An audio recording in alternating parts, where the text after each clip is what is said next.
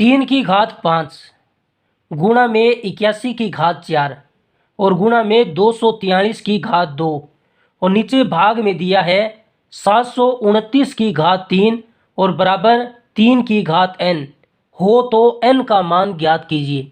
यहाँ पर आधार 3 है और उसके ऊपर घात n है। इस n का मान हमें ज्ञात करना है और इसका आधार 3 है। अगर इसका आधार 3 है तो इस सारी संख्या को आधार 3 में बदलना होगा। यहाँ पर इसका आधार 3 है तो इस संख्या को हमने वैसा लिख लिया।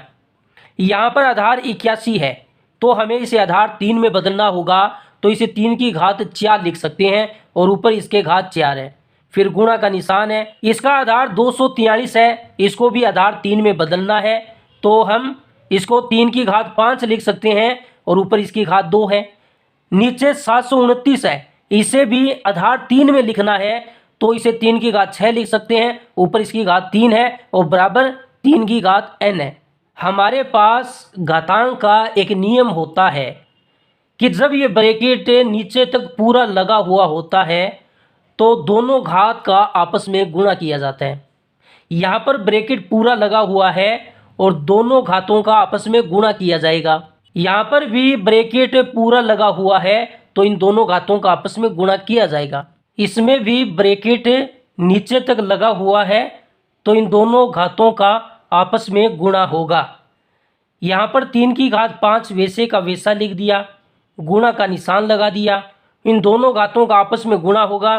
4 का 4 से करेंगे 16 तो 3 की घात 16 हो जाएगा। फिर गुणा का निशान, 5 का 2 से गुणा करेंगे तो 10 होगा, ये 3 की घात 10 होगा और नीचे 3 की घात 18 हो जाएगा और बराबर में 3 की घात n। घातांक का एक नियम होता है कि आधार समान हो और बीच में गुणा का निशान हो। यहाँ पर आधार तीनों में सेम है जो कि 3 है और बीच में गुणा का निशान है तो इन घातों को आपस में जोड़ा जाता है।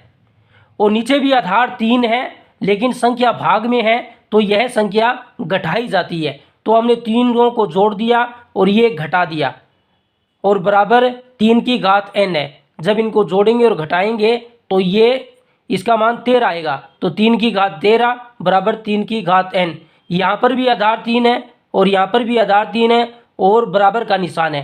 दोनों तरफ आधार समान हो और बीच में बराबर का निशान हो तो उनकी घातें भी आपस में बराबर होती है, तो n का मान 13 के बराबर होगा, n का मान 13 आ जाएगा।